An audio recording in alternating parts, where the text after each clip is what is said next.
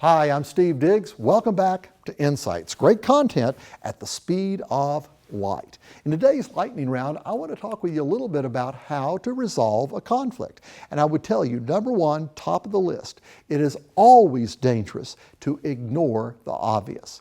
In some cases, a conflict will go away if we ignore it. But in many cases, it doesn't work that way. We need to step into it and deal with it in an appropriate way. If you've been to some of my presentations around the country, you may have heard me tell the story about Jason and Vicki. They both worked in the accounting department of a large insurance agency. One day, Bob Ferguson, the boss, comes walking through that department. He looks over and he notices that Vicki is on her computer using it to buy some Christmas gifts.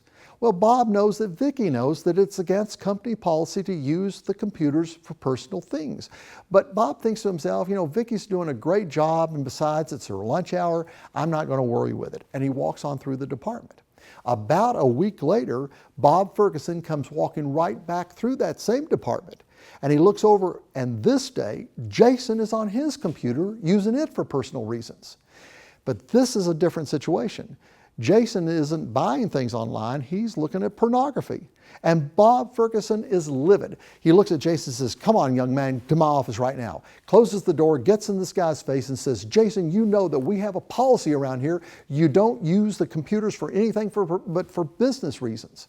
And with that, this young man is going to look at Bob Ferguson.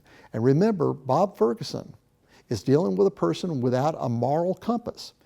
And he looks at Bob Ferguson and he simply says, "But Bob, everybody in the department knows that you allow Vicki to use her computer for personal reasons. What's the difference?"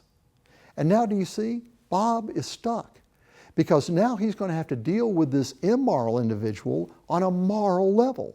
And it's not going to link up. This whole problem could have been avoided when Bob Ferguson walked through that department a week earlier and he saw Vicki on her computer, had he simply looked at Vicki and said, "Hey, Vicki, cut that thing off, get back to work." That's all it would have taken. But we avoid these problems and things tend to get worse. Don't buy the lie that says that a problem ignored is a problem that doesn't exist.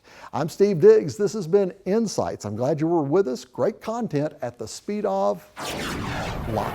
See you next time.